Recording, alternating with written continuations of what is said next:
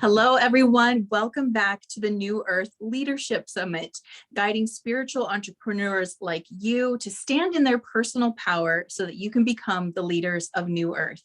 And today I have with me Barbara Brangan, who is a cosmic human design mentor. And she brings in with her human design approach, I can't wait to talk about it because she does it a little differently.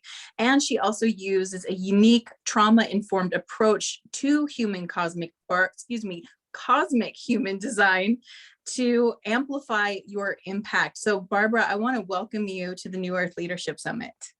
Thank you, Therese. I'm excited. I am so excited to have you here. And of course, I've had a session with Barbara before. We've done human design. And before we get into all the amazing details and how you do it differently, I want to start with just asking you how you found this cosmic human design approach in your life. What led you to this point?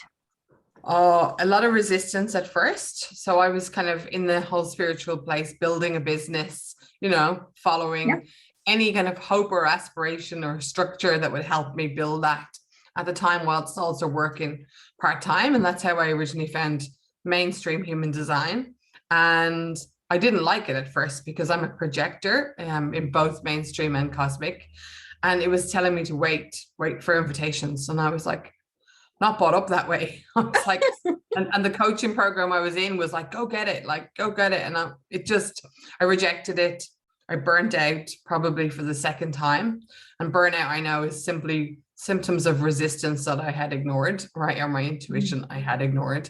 So it brought me back to human design. And I was like, I better give it a go. And that was probably about 3.5 years ago that I really, really got into it, like deep. And I went, I'm going to live this. I'm going to honor this. And that's when everything changed. You know what? I love something you just said. It kind of takes me off track, but I want to point it out. So she talked about, you just talked about coming back to something and really committing this. And you said, I'm going to live this, which I think is so important for us to just touch on. We'll bring it back, but that's leadership right there. When we commit, when we make that decision, that real commitment and claim it. So that's beautiful. And I definitely want to touch on that. So can you help explain how cosmic human design is different from mainstream? And we actually might need to go a step back and just explain human design, because I know there's still a lot of people who aren't as familiar with that. Yeah, absolutely. And I'm quite excited when people say that they're new, because I'm like, you don't need to unlearn anything. To me, cosmic human design and cosmic human designers, they're the most profound way of knowing yourself. And where it differs from astrology, it does use astrology as a key tool to calculate, but there's almost two natal charts, right? There's not just the day and the moment you were born. It's also in utero about 88 days before you were born. And assuming nothing is an accident, whether you were late or early or, none of that makes a difference. It's a soul consciousness. And then from there, it infuses which chakra elements that you have in your body that are activated, which is the easy energy and gifts that we have. It also shows us what level of lived experience we're here to gather and contribute to other people. And then it goes into some really, really minute detail of our particular gifts, right? And what we have to offer, what we're going to work through, what makes us really unique. So it's like a fascinating collection of who we are. And then people talk about what people talk about online, and people will tell you I'm a generator, or I'm a manifestor, or I'm a projector. That's what protects your gifts. That's the aura that surrounds you. That's what opens up and lets things, aligned opportunities, right? This synchronicity that we talk about, that comes through living, your strategy for your design. This is so good. I'm writing that down because I'm like, okay, I love that. It's a protective energy that works around you. So you mentioned in human design that one of the elements is astrology, and then you talked about chakras. And I know, I mean, just from basic knowledge, I know I Ching is also a part of it, right? So what are there's a couple modalities that are sort of like taken and blended together. So we've got, how is the chakra points? How is that accessed? Like, how do they? It's quite fascinating. And maybe even if this would work, I don't know, with the summit, I can even give you a visual after that people can kind of access, right? Because I think it helps to see. Think of it like as a wheel. And as we come through the wheel, we have the astrology wheel. And that's the part that I do different. I use true sidereal 13 sign instead of tropical. And the reason for that is the true sidereal is what the astronomers could see in the sky on the day you were born, right? So it's much more accurate interpretation of what portal that you kind of came to. But we come in through the astrology system, and then what human design has done is layered the I Ching wheel around the astrology wheel. So not only have you come in, like in my instance, I'm right on the cusp of Leo and Cancer, but also then I came in, there's like a subset of doors within Leo, where the I Ching sits, and then my sun sign sits in 53. And then not only have I come in with the 53, I've zoomed in even more. And then we see where that's activated on the actual chart, just as an example. Wow, I love that. I mean, I didn't even realize that I Ching was a wheel, but now that you said it, like I'm like a visual memory of seeing that grid-like wheel, which is always so exciting to me, because my team has always told me that anything that is like of a higher order or a natural order has a cyclical nature to it. So this is just showing that human design is also following those cyclical patterns as well. Yeah. And I think when human design was created, and I do think it's important in terms of respect and cultural appropriation, Ra, when he founded human design, I think he received all of the accurate insights as to how these systems cooperate and merge. He was also a man of the 80s, right? Different era. So I don't think cultural appropriation was a thing then. So I don't think in human design there really has been enough respect given to I've got goosebumps. Yeah, okay. To the I Ching kind of aspects, right? They're a living, breathing way of communicating with the cosmos. He has layered them in the wheel. They don't naturally come in the wheel. They're one of the world's oldest oracle systems. But when I saw my cosmic human design with those I Ching, it was like someone was just reading my diary out loud. Wow. Like, how do they know this? Like, how do they know this stuff? There's me thinking I'm a sovereign human being, which I am, but, of course, connected. Yeah. Well, my team always tells me that we are given so many maps. Like one of the things that happens to us when we come into this third density plane is where we have to pass through the veil of forgetting, and also have the veil of confusion pass over us. So these are two things that kind of work against us. But the beautiful thing is that we give ourselves so many maps. It's like our natural cheat that we kind of came in with these cheat sheets. They're like, no. Right. Here's a system in the East. Here's a system in the West. Here's a system in your hand. Here's a system in your eye. Right? We have access to all of them. And I think, like, for human beings, I've always been keen to know who they are, right, and how we got here. It's an unshakable force. And this is one of the ways. And what I like also is it's exceptionally spiritual. Like, there's a frequency of kind of feminine energy, like from the shadow to the gift, that it's just an essence, I think. And then you've got the logic of human design, which is the structure that bounds it and keeps it safe. And I really think we're moving into the era of both working together, probably for one of the first times. Yeah, that is so exciting. So now the second question I have then is around the cosmic human design approach. You talk about taking a trauma-informed approach. So can you help explain that to the viewers? What does that mean? Yeah. So I, prior to coming into human design, I had been in the intuitive and psychic space for a long time. So I knew that I had that kind of within me. And what I was starting to feel before I moved to cosmic human design, I'd almost intuitively guess what someone's energy type was, or as they're talking, I can sense and see, and I have this sense of excitement. But then I would look up the chart on the tropical system, and I didn't see them. And I was like, oh, I must be wrong. I was like, okay, that's fine. But now with the cosmic, a lot of the time I can kind of intuitively guess an aspect of someone, and it shows up in their chart. But what it also showed me is really the power of the subconscious mind. So human design gives us a structure, and particularly in any of the aspects of our chart that are white. So when we look at it, there's all weird colors, but if there's aspects that are kind of white lines or things, we're very open to influence. So I kind of like describe it as a Wi-Fi network with no password. So it's nature and nurture. But what sits in there, I think in the personal development, spiritual kind of ascension world, we're like, there's a real push for people to step into their gifts and into their awakening moment, but forgetting sometimes that we have those human stories, right, that lie in our trauma. And my interpretation of trauma is very much informed by Gabor Mate, who I'm studying with, and I'm just like blown away to get to study with such a wisdom holder. But he's like, trauma is at the moment of disconnection from self, right? It's our disconnection from our true self.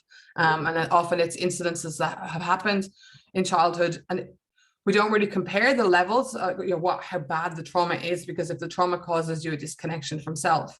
So it's really important to honor that from a compassionate way. And I think in the world of coaching and business building, it's like, well, in my instance, you're a Leo, you need to just go out and get it and understand it. But if I grew up in a household that didn't give me those beliefs and didn't tell me those stories and I internalized them, I'm going to need some time and a really safe container to transition to who I am. I obviously called that part of me in, and this person appeared to help. And that's the kind of manifesting that we're doing, but slow and steady, right? And there's that kindness approach. And I don't think there's a lot of, I wasn't aware of trauma and what a pivotal role it plays. Well, I mean, and you're making such great points here. And I just want to point out to the viewers who are listening how Barbara has stepped into her leadership around a system that's already created, right? So even though human design already exists and there are multiple modalities in how to do it, she's taken it to another step as well, where she's taking her past experience, her past training, her background, and allowing it to really make this system hers.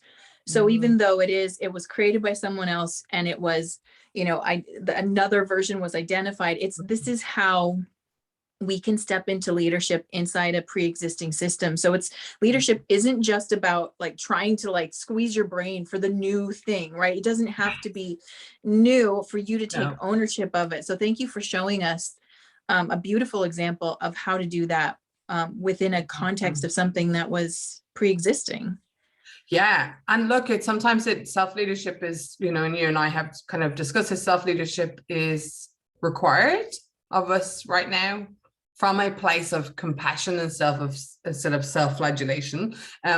But it is, of course, it's hard at times. It's hard. I think I have a little bit of an advantage because I have what we call a third line profile in human design, which is a natural explorer and adventurer and wisdom. I'm like, no, there's got to be something else to this. It's just constantly pushing buttons. And then I also have the 51 in my radiance key, which is like the awakener, right? It's like, no, let's check this up and let's see what can happen, right? What I have to be very cautious of, and particularly with human design as an industry, right? There are people have spent a lot of money to learn stuff that might not be accurate. But what I have to be super careful of is my shadow as a projector is judgment. Right? It's not my job to judge. I have to let that go. Right? That's my life lesson. Right? And that's a constant reminder so when I'm in judgment, I'm in the opposite of self-leadership. I'm in the opposite of compassion.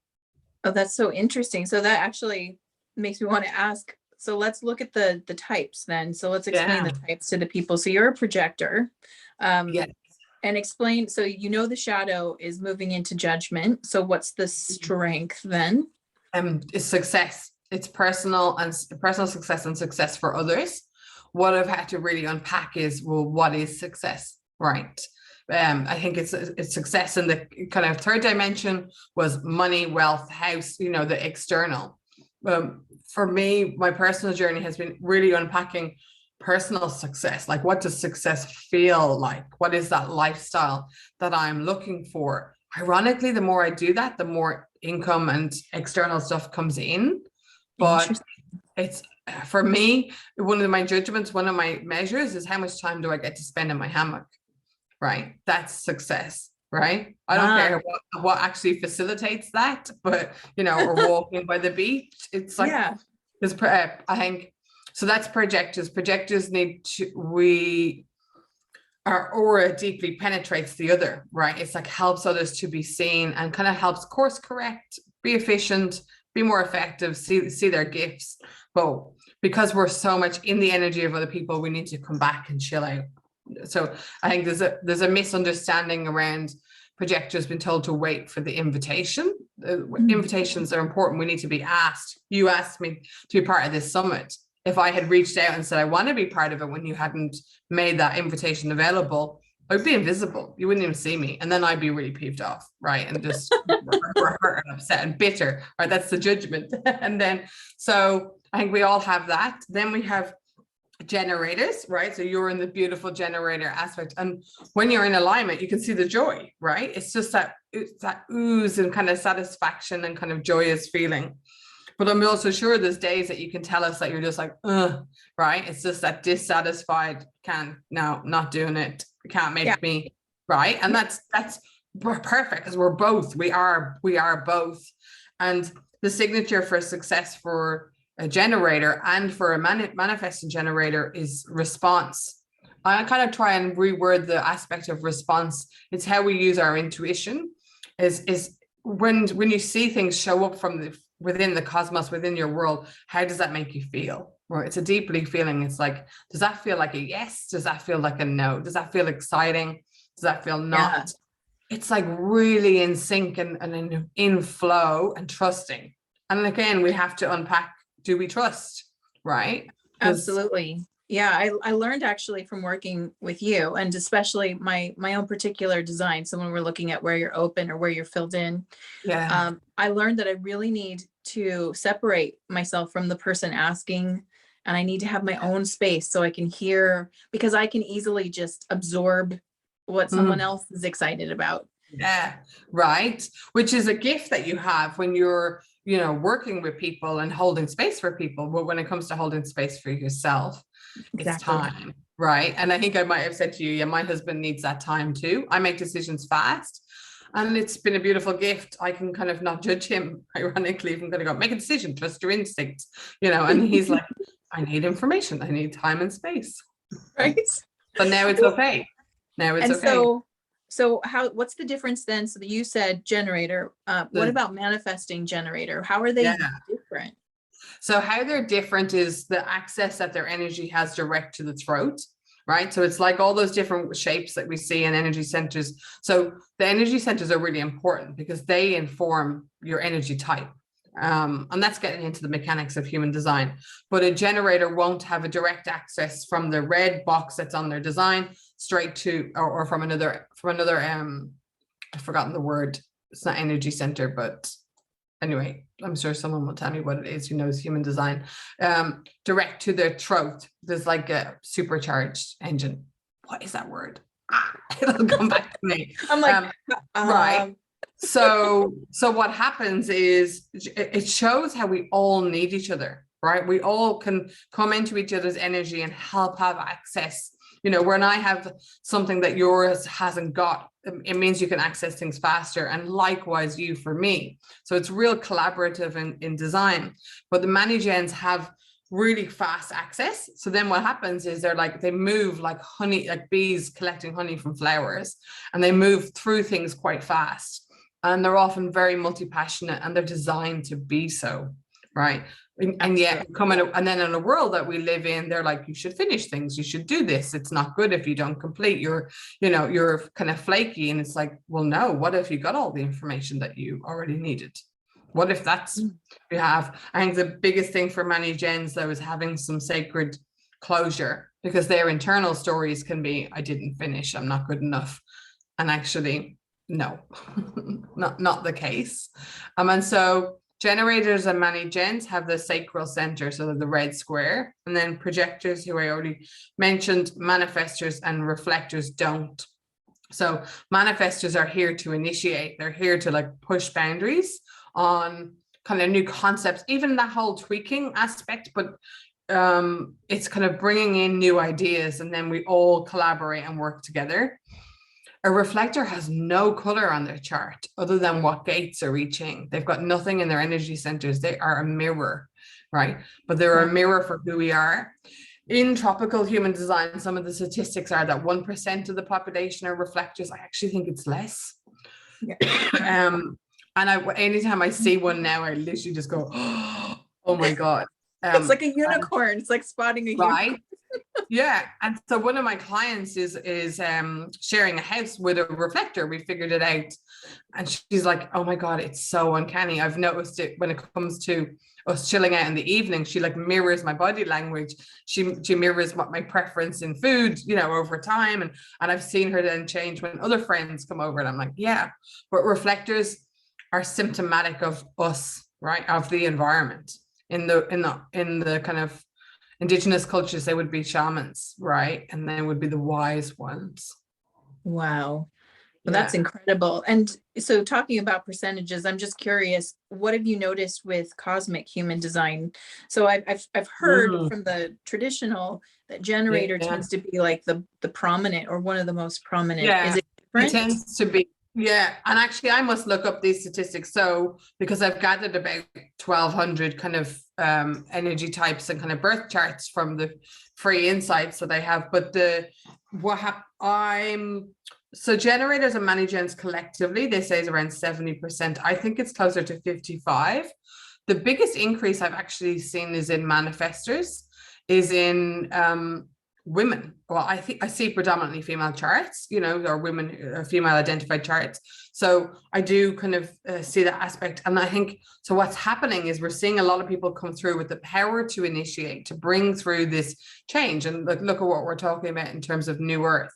Yeah. And yet they're being told by a tropical system that they're projectors and they need to wait. It's the opposite, you know, it's the opposite. Or we've got some people who are told to initiate and they need to wait. And it really does have implications for your health, your spiritual, your emotional, and your physical health if you're not operating in the right way. Oh, I absolutely agree. I mean, it's interesting because just going back to like one of the main points that I really absorbed the first time I went over my chart with you is that I can make decisions quickly, but I notice that I'm usually alone when I do it. And it's when someone brings something to me that I have a full stop moment where I'm like, I can't decide right now because there is like the conflict. So it's really interesting to understand. I never used to understand why I'd freeze up. Would it be that way? Right. Or I couldn't get my intuition to work. I couldn't like hear myself. And that's the thing. It's actually hearing yourself because the energy that you're around is more. And here's a way that I use that even differently. I flip it on its head, right? So again, I've got quite a few open centers. So sometimes when I need stuff done, I actually go to a local kind of cafe, or I have this spot right near our local beach. I'm lucky to live right beside the beach. And it's a picnic table that's up high away from the main traffic. Beautiful view, aspect and context. So I'm around people, right? So we're sharing auras, we're sharing energy, but I don't have to talk to them, right? Because sometimes I don't want to. And it's just, I've always gravitated to that stuff. So there is an aspect deep in human design. It's like what environment we thrive in. And that's mine, right? It's to be able to observe people, but a little bit higher up in a way. And there's me naturally finding it. So, and then I see the children, like when we talk about the new earth children, oh my God, like to be raised by your design would just be a privilege. We wouldn't have nearly as much trauma. It'd be very minimal. Oh, that is such a good point. So, yeah, I mean, that would make such a big difference. Well, a lot of the things that we are bringing forth now, like, for example, understanding trauma, period, and how to deal with trauma, all of these are going to change, you know, hopefully it'll bless the kids that are in here now, and they won't have such a stark contrast between who they started with, knowing themselves, totally separating from themselves and having to find their way back.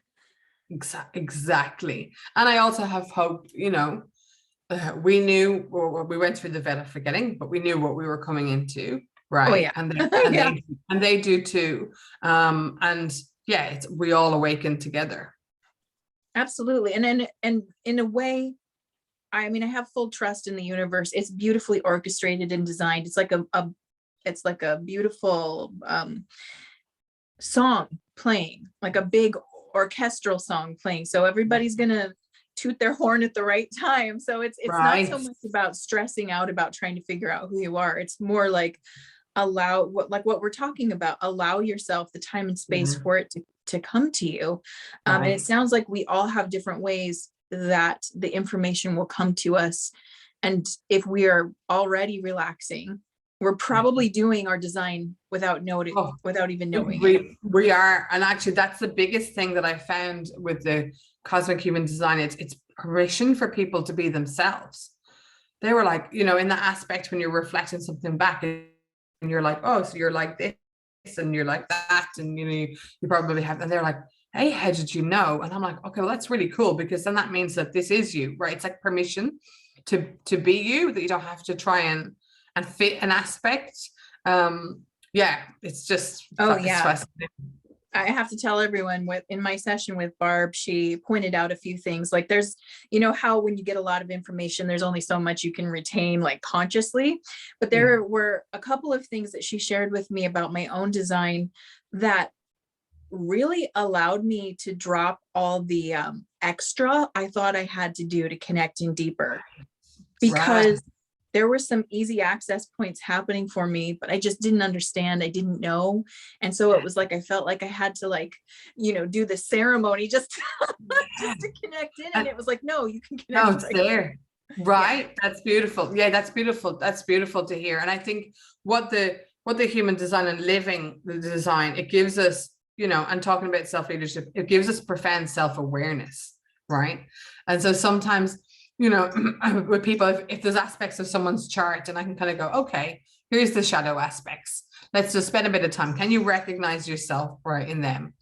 And people are like, yeah, absolutely. Oh my God, yes. And, you know, there's aspects of shame then around that. And I'm like, no, it's part of who you are.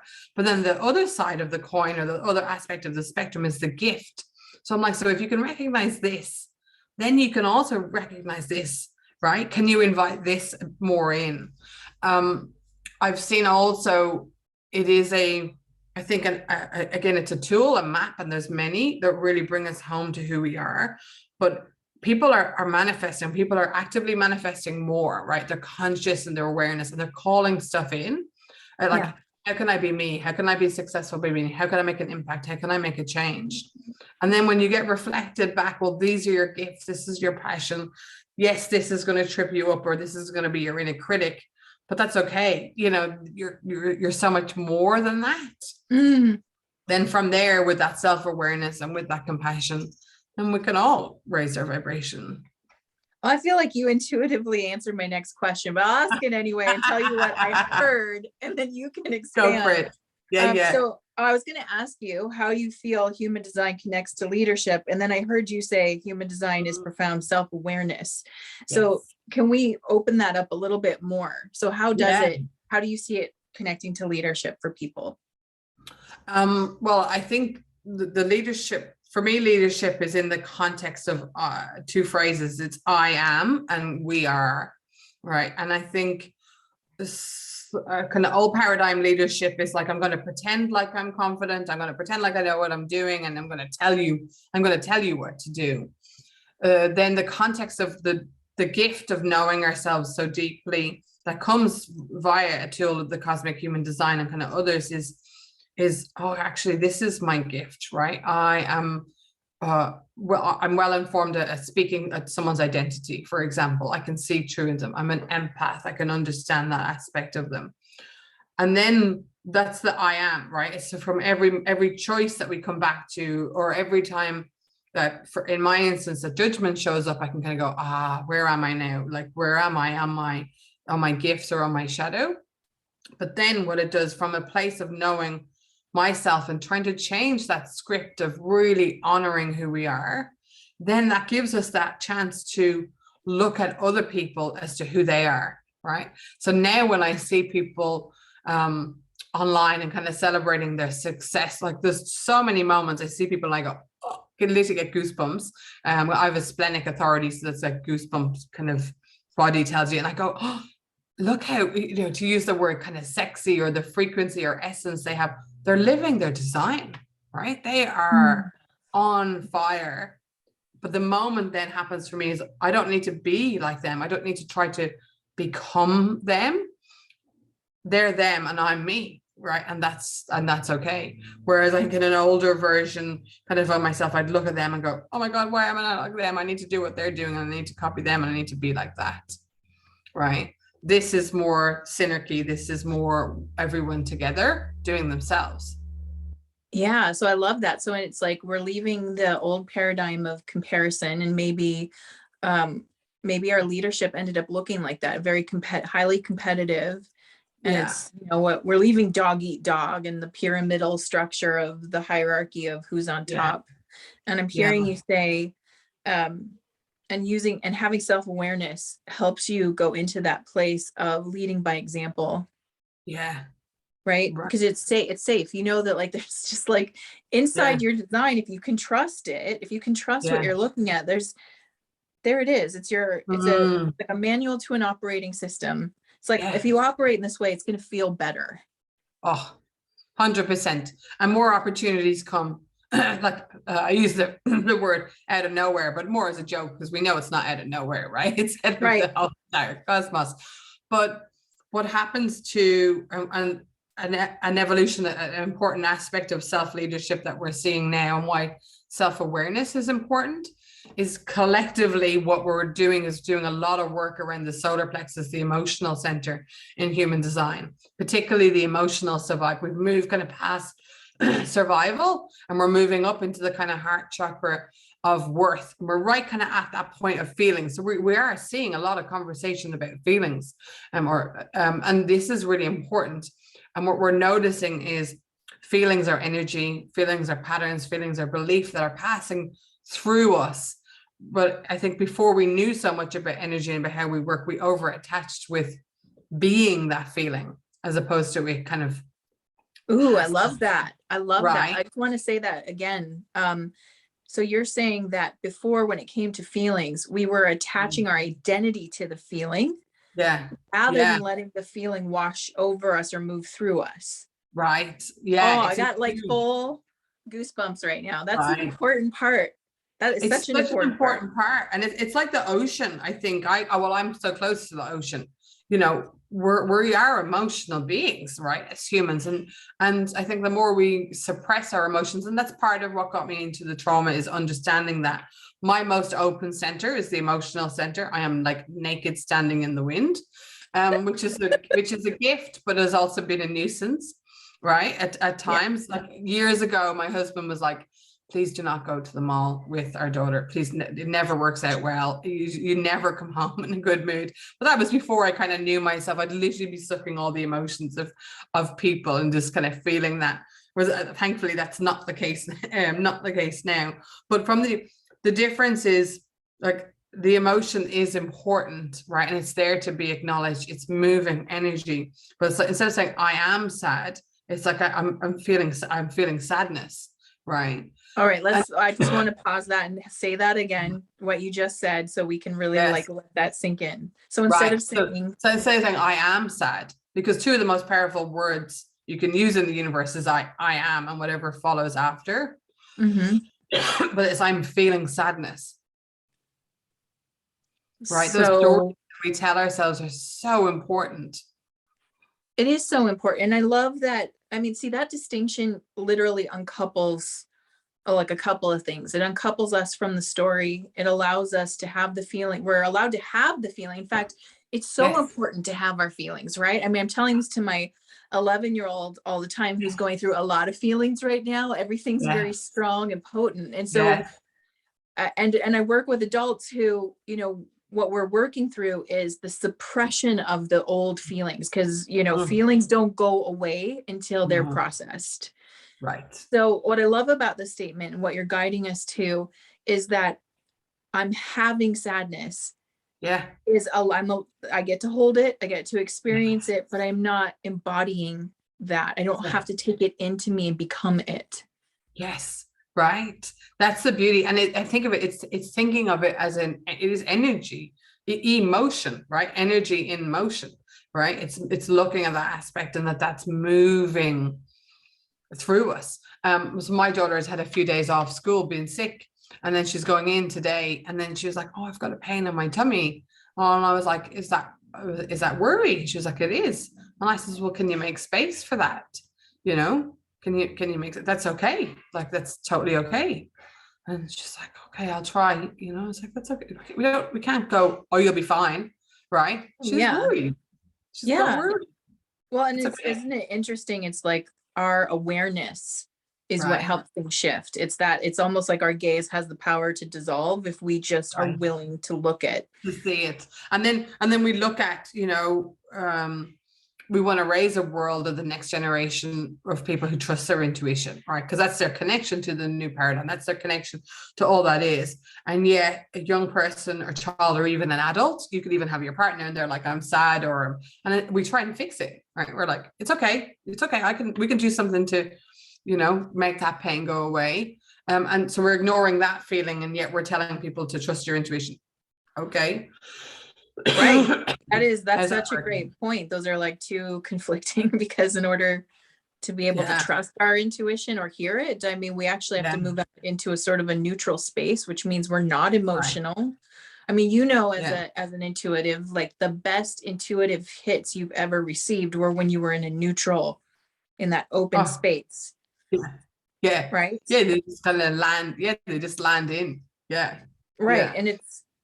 And yet we can't, if we just stuff that emotion, suppress it, doesn't mean it's not interacting with our intuition. Mm. It just means we're not looking at it and we're not going to Yeah. acknowledge it. Right. So, Right. And it's quite interesting because I think where the pendulum is swinging with the kind of new earth is away from control, right? Towards trust. And so the control is, and it's funny, and Gabor actually gives this really good example, is people go, oh yeah, I had a feeling, that maybe not to do that thing or not to enter that relationship or something like that. But I ignored it, right? And so that's like, you've ignored your gut instinct. You've ignored your authentic self, right? And you've stepped over it. And we've almost went, oh yeah, I didn't trust that. And we're going to have days of that. Like, that's the human aspect of us. oh, But sure. it's the power that sits in that intuition where here we are looking for help and guidance. In it comes, and then we just ignore it. Right. And so what I'm hearing from you is that learning how to be with the emotion without taking it on as identity, Yeah. when we're letting ourselves feel and have that allows us. So we're holding something now, we're paying attention and holding something that can only help us then when it comes to those intuitive hits that do come, because if we're holding space for what we feel, then we're going to naturally start holding that awareness and space for guidance that comes in. Right. Yes. And for opportunities, we're gonna have those synchronistic moments, when we're going to be available for the support from the cosmos that we've been asking for. So instead of kind of like launching these, to use the kind of Abraham Hicks context, launching these rockets of desires and then go, I'm not listening. We're funny people. Like, yeah. I mean, the irony is that on one hand, it's so simple. It's literally allow yourself to be who you are. And yet it's the same thing. It's also our greatest struggle because, we had to go through all the programming and the conditioning and it's still going on. And we still have to like feel ourselves through the noise.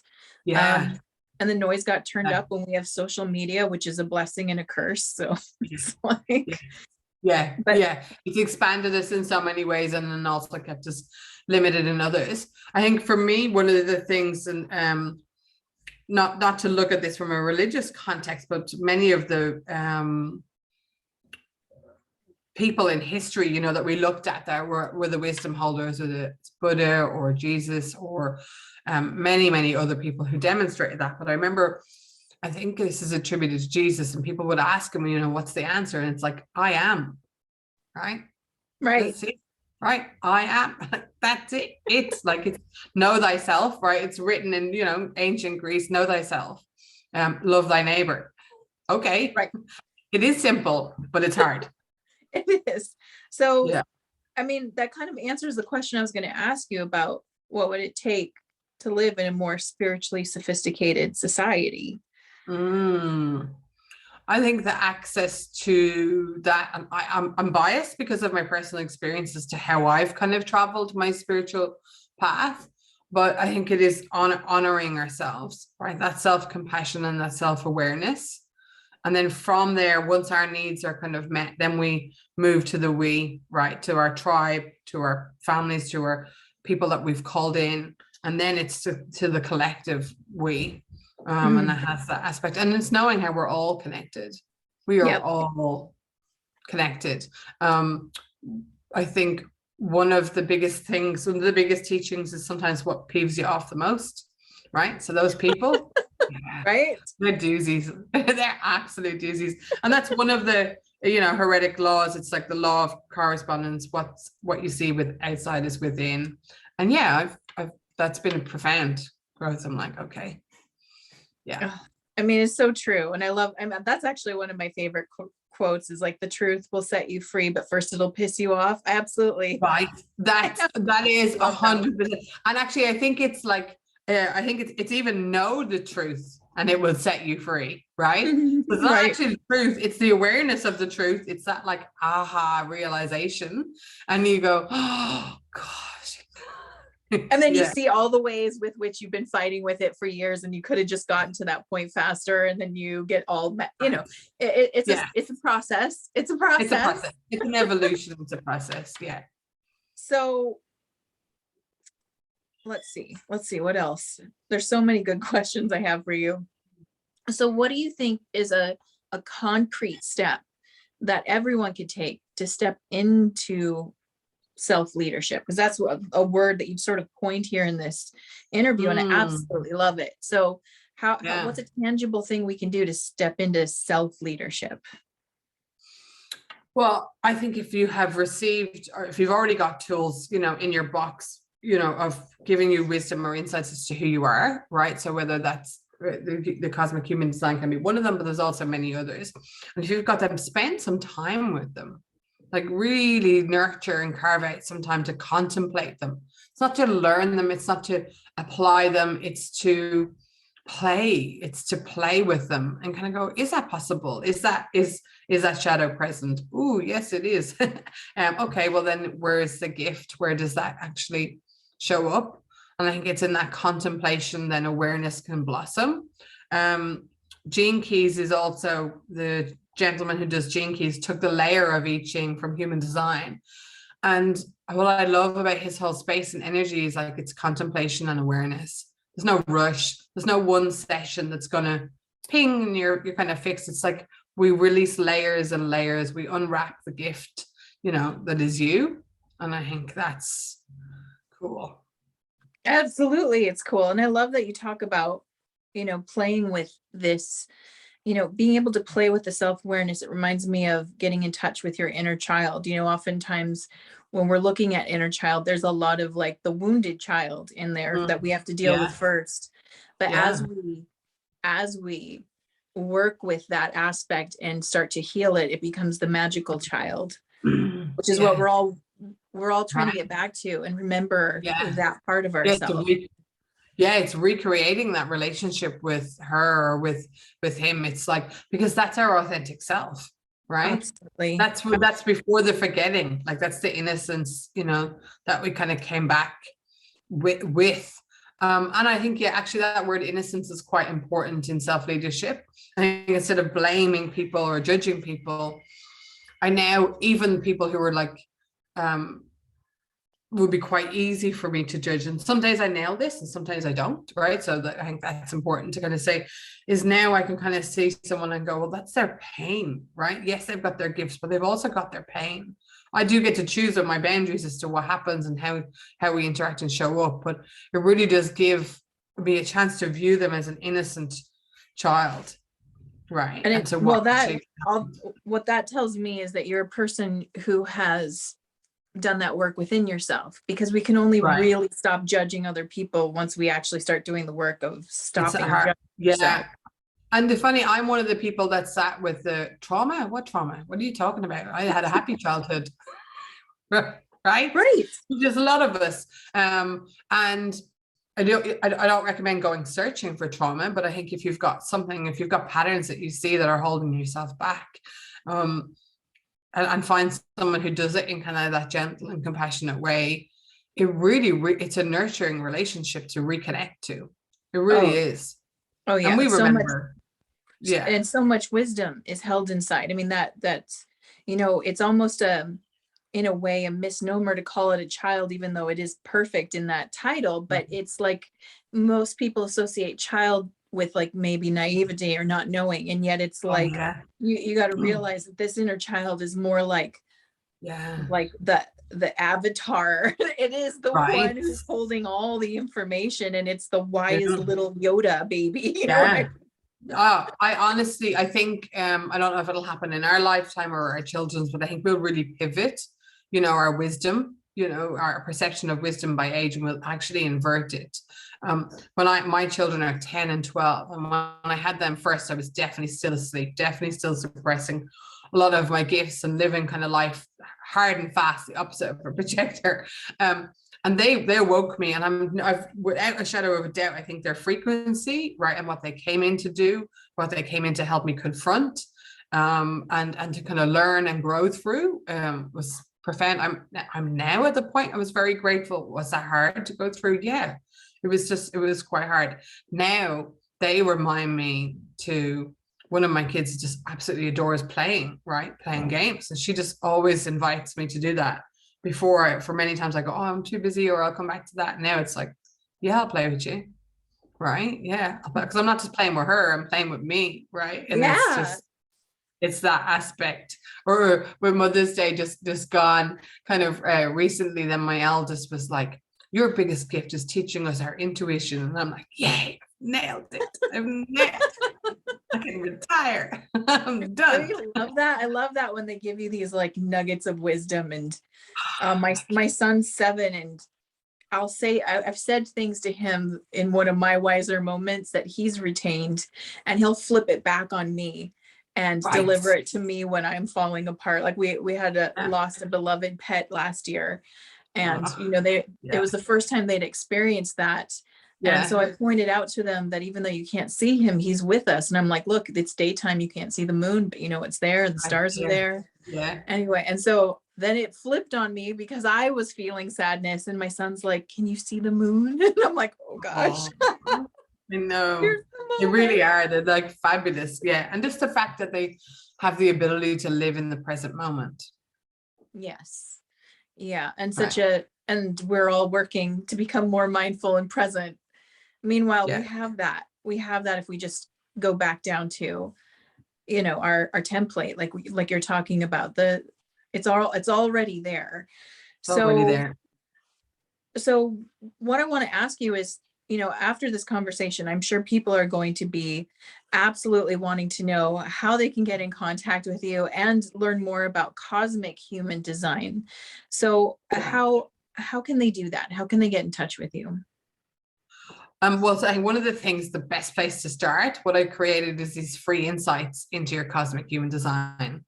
I created them way before I even shifted to cosmic design, because I was seeking, right? I am a seeker. So I was seeking to understand my human design. When I first got into it, like when I first heard the word projector and stuff and tried to do the research, that was about 5 years ago. And I couldn't find anything. It's different now. It's easy to look up a hashtag on Instagram and find stuff. But one of my gifts is to translate what that means, right? And in English, right? Yes. It's like in everyday life, what does this mean? So I help to translate that aspect. And I give 3 free insights, which is into your energy type, which protects all your gifts, how you make decisions, which is your intuition and your inner authority, and then the profile lines. And they are the genuine gifts for people. Some people, that can be all they need. It can be a moment of validation. It could be something that they were manifesting in. And then, of course, some people continue on to work with me, which is great. But they're for the seeker. That's fantastic. And by the way, we have the link right here. It's on the screen for Barb's free insight. So you can get that. It's also going to be below the video, so you can click on that as well. But I highly recommend it. She really does have a beautiful gift for simplifying something that, I have to admit, before I had done mine years before I met you. And I looked at it and I was like, what the hell? Like, I was like, I can't connect to this. I couldn't connect to weird. I know, it's an affront. Yeah. and that's it. And I totally get that. You know, I went through that myself, and I honestly think there's part of that is the frequency of it that's kind of changed too, and the people that have it. It's like the evolution. Yeah, I get that. Yeah, but so getting to be in contact with you and do a session. I mean, the session, I feel for me was really, I mean, part of it is using my own open space and realizing like all I have to do is tap into Barb, and then I can start absorbing some of this knowledge. Yeah. But being able to sit down with someone and have them talk it over with you and really like highlight what the strong, like this is a point you really need to understand, right? Because it's still a lot of information. So you also give this beautiful, written workbook that comes with you reading. So you get to really see, she breaks it down for you. And again, she shows you pictures, she shows you what the intention behind it is, but then she explains how it operates in your life in a way that you can relate to, which is so helpful. So thank you for doing that. Thank you for creating something. You're so welcome. And that's part of me. So in that knowledge seeker, I'm just constantly gathering. It's like a library. And how cool is it now that I actually get to share that as part of my business? I was like, I get paid to be me. Like, this is bizarre.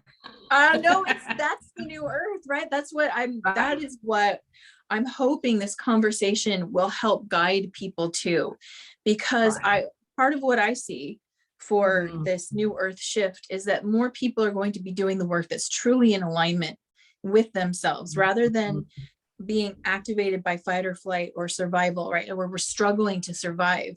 We're really going to move into thriving, and thriving means that, just like you had said, like coming on here is such joy, and it's so easy for me to express that because there's nowhere I'd rather be in this moment. Because I'm in alignment with myself, and that's what I want to help other people experience. And I really think your tool could really help assist them in finding that, so that they can be in their self-leadership. Yeah. And what I love about what I get to do is show people how amazing they are, right? It's like to be part of that shift in someone, because we can project that we're confident, we can project it, but it's like when we have that inner voice and that inner dialogue and those inner beliefs, and when they pivot and you can see and sense that, it's the best thing ever.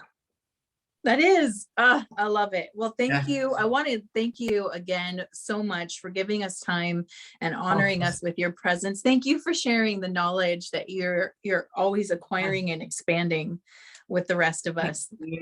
Thank you. And thank you for being part of this powerful opportunity for people, who have been calling stuff in to find their way through the speakers, through the summit, and through your facilitation and your joy, your generator joy. Yay. Thank you. I appreciate that. All right. To everyone watching, I hope you enjoyed this interview. I certainly have. And be sure to check out Barb's gift, because like I said, it's amazing. It's an amazing starting place. And I am so excited to join you again for the next episode of the New Earth Leadership Summit. And until then, stay magical.